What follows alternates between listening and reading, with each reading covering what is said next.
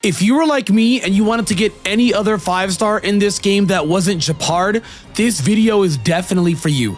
This character is actually a lot better than anyone would have imagined. I don't think way too many people are sleeping on him, but at this point now, guys, we're almost 5 days in. You probably have a lot of pulls at this point. Maybe you pull Gepard, and I'm here to teach you that this character is not that bad. Because after playing him for a while, I really do think this character is kind of cracked. Now, Gepard is one of those characters that is just a tank. He's kind of similar to Zhongli in a way from Genshin Impact, where he makes your entire team bulkier, gives your entire team an AoE shield, and he's really solid on just helping you clear content that might be too difficult. Not as BS as Zhongli, but definitely worth building if you're struggling in the game at this point, which I'm not gonna lie, guys, I was definitely struggling and he helped me out a lot. His shield is to not be underestimated though. What you can do essentially while you're in the overworld, before you actually get into a battle, you can actually use this technique before you go into the next match. It actually gives you a shield off the get-go. While it may not be as tanky as his ultimate AoE shield, it's still solid. You get a shield off the get-go. I definitely recommend doing this, as you can just straight up start off the match with a shield immediately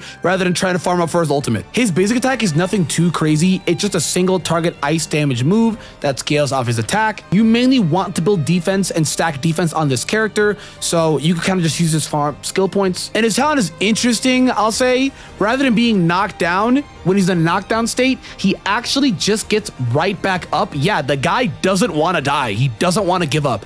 So he just gets right back up, and he actually gets an increase of HP immediately, restoring 30% of it. It can only happen once per battle, and sometimes when I've used it, it's honestly not that bad. So in my personal experience, I don't think this is awful. I know many people, depending on who you ask, might have a different opinion on this, but at least for mine, I don't think it's too awful. But you probably, when you build this guy very efficiently, this may not even happen that often.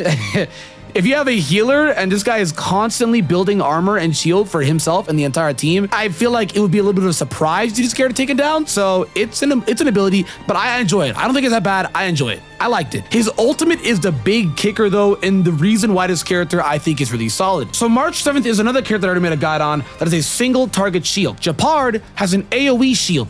So he applies a shield to all allies, absorbing damage equal to 33% of Gepard's defense, plus 37 for 3 turns.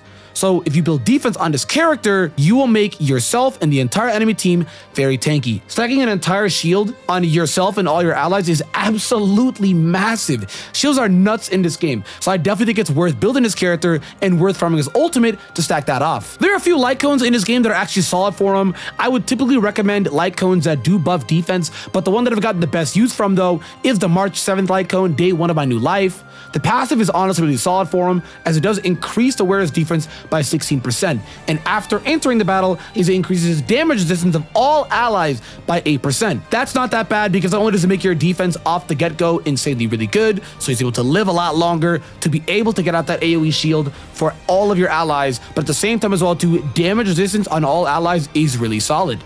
And this is only at level 40 with the Refinement 1. Super Imposition is essentially the exact same as Refinement from Genshin, so that's a good way to look at it. Now, I don't have a lot of Gepard's traces actually unlocked, as I'm still pretty early into the game, but his traces are honestly not that bad as well too.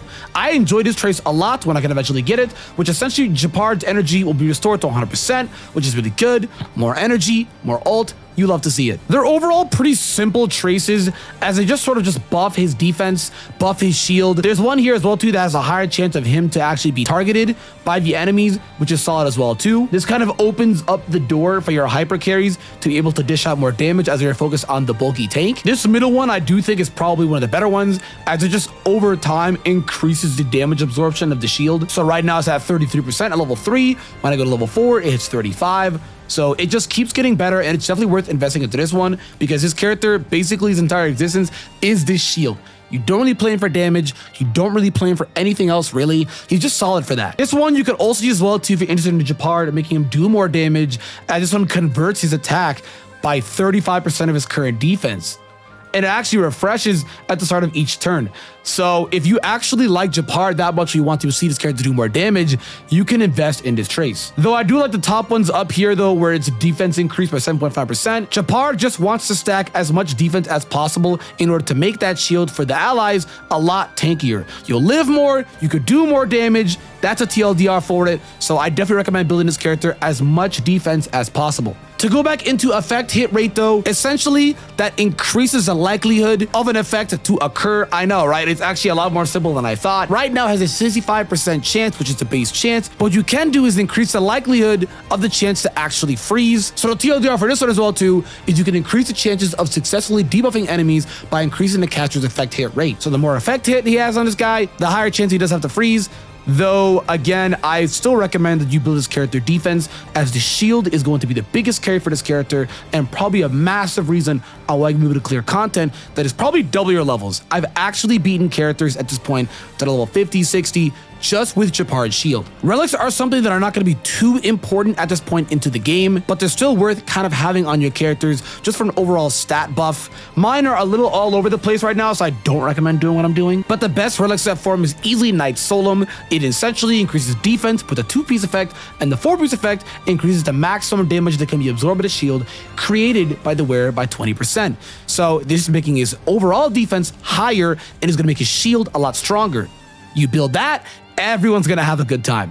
Definitely his best relic set so far, and the one that I would recommend farming. All in all, guys, Gepard is actually a character that I kind of slept on for sure. I was a little salty that I pulled him over Himiko when I first got the game, but after I built him, he's a really solid tank. His ult is absolutely phenomenal. He has great energy economy. He's also solid at skill point generating. He is easily the best tank in the game at the moment. And he's really solid in almost any team comp. Since he's a tank, he makes everyone on your team tankier. So if you feel like you have a frail team, it's definitely worth looking into. Some solid characters he actually works with is Arlon, if you are a big Arlon fan, as Arlon wants to stay at low HP, so you have a shield, you'll likely be able to stay more at that low HP stat. Since you have such a massive shield, you'll be a lot tankier to dish up the damage that Arlon does at low HP. But like I said again, Gepard is solid in almost any team comp, so he's definitely worth investing if you were like me and you pulled this character. If this video helped you out, guys, definitely make sure to leave a like, subscribe as well too. Let me know your journey in Honkai Star Rail in the comments down below.